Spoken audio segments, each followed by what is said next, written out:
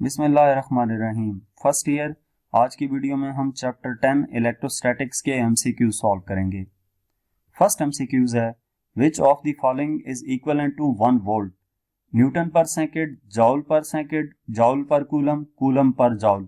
चार ऑप्शंस हमारे पास गिवन है और इसमें पूछा यह गया है कि 1 वोल्ट किसके इक्वल होता है। तो अगर हम वोल्ट की डेफिनेशन देखें तो वोल्ट बाय डेफिनेशन इक्वल होता है work done per unit charge के। इससे मुराद ये है कि पोटेंशियल डिफरेंस दो पॉइंट्स के दरमियान 1 वोल्ट उस वक्त होगा जब एक चार्ज को एक पॉइंट से दूसरे पॉइंट तक मूव करवाने के लिए, एक कूलम चार्ज को एक पॉइंट से दूसरे पॉइंट तक मूव करवाने के लिए 1 जॉल वर्क किया जाए। तो इसका मतलब यह है कि वर्क का यूनिट जॉल और चार्ज का यूनिट कूलम। तो 1 वोल्ट इक्वल होता है जॉल पर कूलम के। इसका मतलब यह है कि सी ऑप्शन करेक्ट है। एमसीक्यूज नंबर 2 है, two positive charges are placed on a screen. Which statement describes the electric field produced by the charges? Positive charges हैं दो और उनको एक स्क्रीन पे रखा गया है। कौन सी स्टेटमेंट इलेक्ट्रिक फील्ड जो इन चार्जेस की वजह से प्रोड्यूस होगी उनको एक्सप्लेन करता है? It is constant everywhere, B option है it is zero near each charge, C it is zero half way between the charges and D it is strongest half way between the charges. तो अगर इस MCQs की बात की जाए तो जब दो इक्वल पॉजिटिव चार्जेस एक स्क्रीन पे रखे जाएं तो जो इलेक्ट्रिक फील्ड लाइंस वहां से रेडिएट होंगी वो आउटवर्ड डायरेक्शन में होंगी, क्योंकि पॉजिटिव चार्ज से electric field lines outward direction में आती हैं और नेगेटिव चार्ज पे इनवर्ड होती हैं। तो दोनों से आउटवर्ड डायरेक्शन में आएंगी तो सेंटर में आकर लेफ्ट वाले चार्ज की इलेक्ट्रिक फील्ड लाइंस राइट वाले साइड की इलेक्ट्रिक फील्ड लाइंस को रिपेल करेंगी।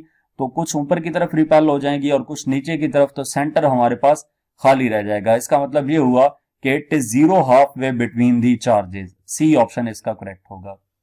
नेक्स्ट एमसीक्यूज नंबर 3 है, 4 charges are kept at the corners of square A B C D as shown. The force on positive charge placed at the centre of the square is. 4 चार्जेस हैं A B C D और इनके नाम भी दिए गए हैं -2Q, +Q, -Q and +2Q। और इनके दरमियान में एक पॉजिटिव चार्ज रखा गया है। उसके ऊपर फोर्स क्या होगी? 0 होगी, अलोंग डायगोनल AC होगी, अलोंग डायगोनल BD होगी या परपेंडिकुलर टू साइड AB होगी। तो अगर हम इसकी बात करें तो क्यों अगर चार्ज रखा जाए, क्यों हमारे पास जो चार्ज है वो पॉजिटिव चार्ज है, ये भी पॉजिटिव है और ये भी पॉजिटिव है, इसकी वजह से रिपल्जन होगी। ये भी पॉजिटिव है और ये भी पॉजिटिव है, इसकी वजह से भी रिपल्जन होगी। ये नेगेटिव है और ये पॉजिटिव है, अट्रैक्शन होगी। और ये भी नेगेटिव है, ये पॉजिटिव है, तो इस तरफ भी अट्रैक्शन होगी। तो इन केसेस की अगर हम बात करें तो ये +2Q है और ये +Q है, डायरेक्शन अपोजिट है। तो हमारे पास ये सिंप्लीफाई होकर क्या आ जाएगा, Q आ जाएगा। और डायरेक्शन किस तरफ होगी? इस तरफ। तो ये हमने ये एरो बना दिया +Q को इंडिकेट करने के लिए। इसी तरह अगर इन दो चार्जेस की बात की जाए तो ये -2Q इस डायरेक्शन में और -Q इस तरफ है। डायरेक्शन ऑपोजिट होने की वजह से सिंप्लीफाई होकर -Q रह जाएगा। जब -Q रहेगा तो -Q की डायरेक्शन उसी डायरेक्शन में होगी, यानी कि ये आ जाएगा। तो ये एक चार्ज आ जाएगा -Q, ये दूसरा चार्ज आ जाएगा +Q। तो इन दोनों को अगर हेड टू टेल रूल के जरिए से ऐड करें तो ये जो इनके ऊपर फोर्स अप्लाई होगी वो ये F की होगी और ये फोर्स साइड AD के पैरेलल आ रही है, जबकि साइड AB के परपेंडिकुलर आ रही है। तो ऑप्शन डी हमारे पास है, परपेंडिकुलर टू साइड AB। ये ऑप्शन करेक्ट है। नेक्स्ट एमसीक्यूज नंबर 4 है, the Bob of A pendulum of mass m and length L and a charge of Q is in the rest position in a uniform horizontal electric field of E. The tension in the string of the pendulum is. इस statement में क्या कहा गया है कि एक Bob है pendulum का, उस पेंडुलम का मास m है, लेंथ L है और चार्ज Q है जो कि उसमें रेस्ट पोजीशन पे मौजूद है और यूनिफॉर्म इलेक्ट्रिक फील्ड ही है। Tension in the string of the pendulum कितनी होगी? तो अगर हम इसकी डायग्राम की बात करें तो सबसे पहले अगर हमारे पास ये पॉइंट, ये वो पेंडुलम है, बॉब है जिसका मास m और लेंथ L है। अब स्ट्रिंग में जो टेंशन होगी T वो इस डायरेक्शन में होगी, वेट डाउनवर्ड mg इस तरफ होगा, T sin थीटा टेंशन का कंपोनेंट, वर्टिकल कंपोनेंट और ये हॉरिजॉन्टल कंपोनेंट, और इस डायरेक्शन में QE फोर्स जो इस चार्ज के ऊपर लग रही है। तो इनकी अगर आप बात करें तो ये हमारे पास क्या बन जाता है, क्यू ई एम जी, और ये हमारे पास एफ रिजल्टेंट कैलकुलेट करेंगे जो कि किसकी इक्वल होगी, टेंशन की इक्वल होगी, यानी कि एफ रिजल्टेंट इक्वल आ जाएगा under root M G square plus Q V square के। ये हमने कैसे किया कि ये जब इसकी हम ये ट्रायंगल बनाते हैं ना, ये वाली ट्रायंगल आपके सामने है, तो इसमें ये वाला हिस्सा किस चीज को इंडिकेट करेगा, टी साइन थीटा को, और ये वाला हिस्सा टी कॉस थीटा को। तो इसका मतलब ये हुआ कि इसके ऊपर हम थीटा जब अप्लाई करेंगे, राइट एंगल ट्रायंगल बन जाएगी, पाइथागोरस थ्योरम अप्लाई करेंगे तो एफ रिजल्टेंट इक्वल आ जाएगा under root M G square plus Q V square के। एफ रिजल्टेंट टी के इक्वल होता है, तो टी इक्वल हो जाएगा M G square plus Q V square whole power 1/2, whole power 1/2, ये सी ऑप्शन इसका करेक्ट है। नेक्स्ट एमसीक्यूज नंबर 5 है, A negatively charged particle is placed in a uniform electric field directed from south to north। एक negative charge particle है जिसको uniform electric field में रखा गया है जो कि साउथ से नॉर्थ की तरफ है। In which direction will the particle move after it released, अगर पार्टिकल को छोड़ा जाए तो वो किस डायरेक्शन में मूव करेगा।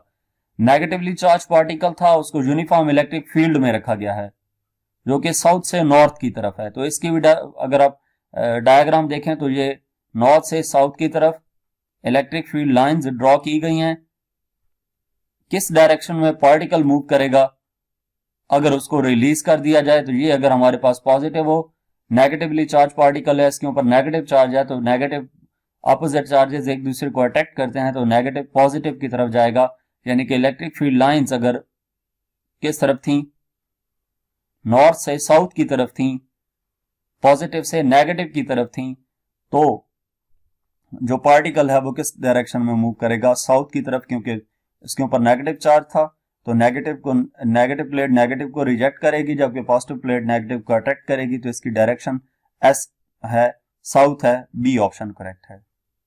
नेक्स्ट एमसीक्यूज नंबर 6 है, if 2 points are at the same potential are there any electric field lines connecting them, अगर 2 पॉइंट्स सेम पोटेंशियल पे हों तो क्या कोई इलेक्ट्रिक फील्ड लाइंस होंगी जो कि उनको कनेक्ट कर रहे हो।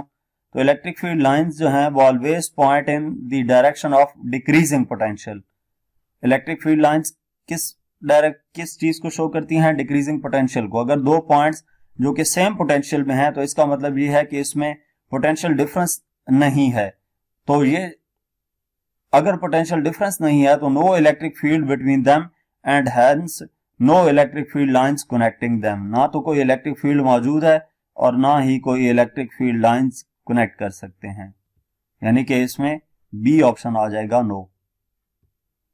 नेक्स्ट एमसीक्यूज नंबर 7 है, coulomb law is usually applied in the area of. Coulomb law कहां पे अप्लाई होता है, इलेक्ट्रोमैग्नेटिज्म में, इलेक्ट्रोस्टैटिक्स में, मैग्नेटिज्म में या ग्रेविटेशन में। तो कूलम्स लॉ की अगर आप बात करें, ये स्पेसिफिकली डील करता है इलेक्ट्रोस्टैटिक फोर्स जो कि स्टेशनरी चार्ज पार्टिकल्स के दरमियान होती है। अब ये डायरेक्टली अप्लाई नहीं हो सकता ऐसे फिनोमेना में जिसमें मूविंग चार्ज हो, जैसे कि इलेक्ट्रोमैग्नेटिज्म है या हमारे पास मैग्नेटिक फोर्स है, ठीक है। तो इसका मतलब ये हुआ कि ये जो कूलम लॉ है वो किस एरिया में अप्लाई होगा, इलेक्ट्रोस्टैटिक्स में, क्योंकि इलेक्ट्रोस्टैटिक का मतलब हुआ रुका हुआ चार्ज, तो स्टैटिक चार्ज पे कूलम्स लॉ अप्लाई होता है। एमसीक्यूज नंबर 8 है, let F is the force between two equal point charges at same distance. If the distance between them is doubled and individual charges are also doubled, what will be the force acting between the charges? कि force है जो कि 2 equal point charges के दरमियान apply हो रही है same कुछ डिस्टेंस पे, अगर डिस्टेंस को डबल कर दिया जाए और इंडिविजुअल चार्जेस को भी डबल कर दिया जाए तो फोर्स पे क्या इफेक्ट पड़ेगा। तो फोर्स का हमारा फॉर्मूला होता है F = K Q1 Q2 over R square.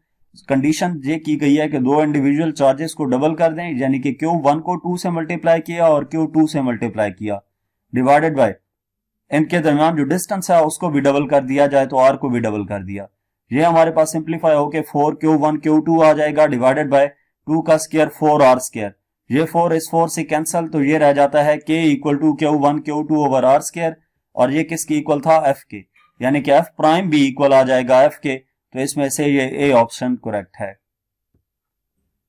तो यहाँ तक इस चैप्टर के एमसीक्यूज थे। मजीद किसी भी चैप्टर की एक्सरसाइज का सोल्यूशन देखने के लिए हमारा चैनल विजिट करें।